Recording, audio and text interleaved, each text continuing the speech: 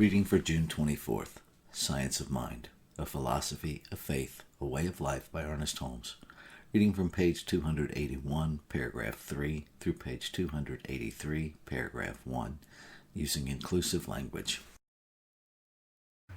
Why is it that Jesus could say to the paralyzed person, "Take up thy bed and walk"? Because Jesus knew when he said this that the person would get up and walk.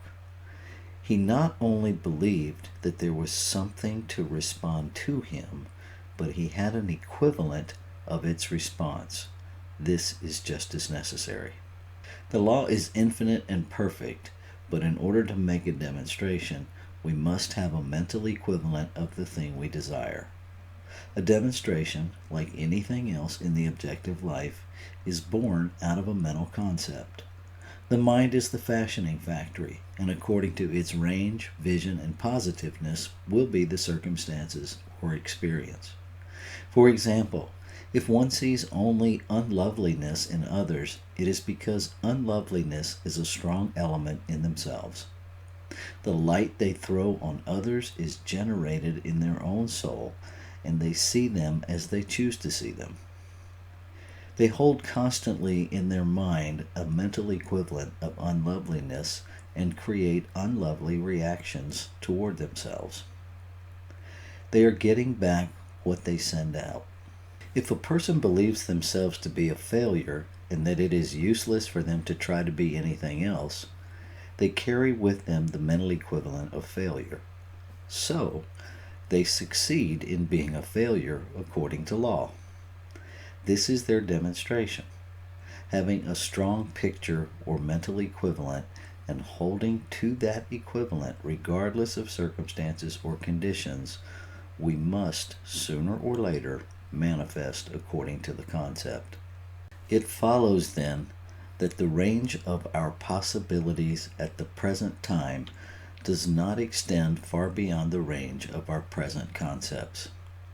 As we bring ourselves to a greater vision, we induce a greater concept and thereby demonstrate more in our experience. In this way, there is a continuous growth and unfoldment taking place. We do not expect to give a treatment today for prosperity and have $1 million tomorrow. But little by little, we can unfold our consciousness through the acquisition of greater and still greater mental equivalents until at last we shall be made free. The way to proceed is to begin right where you are. It is not scientific to attempt to begin somewhere else.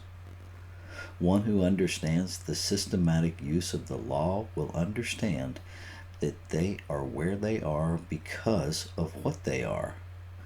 But they will not say, "I must remain where I am because of what I am." Instead, they will begin to disclaim what they appear to be. As their statements release wrong subjective tendencies, providing in their place a correct concept of life and reality, they will automatically be lifted out of their condition. Impelling forces sweeping everything before them will set them free, if they trust in spirit and the working of the law. Stay with the one and never deviate from it. Never leave it for a moment. Nothing else can equal this attitude. To desert the truth in the hour of need is to prove that we do not know the truth. When things look the worst, that is the supreme moment to demonstrate to ourselves that there are no obstructions to the operation of truth. When things look the worst is the best time to work, the most satisfying time. The person who can throw themselves with a complete abandon into this limitless sea of receptivity, having cut loose from all apparent moorings, is the one who will always receive the greatest reward.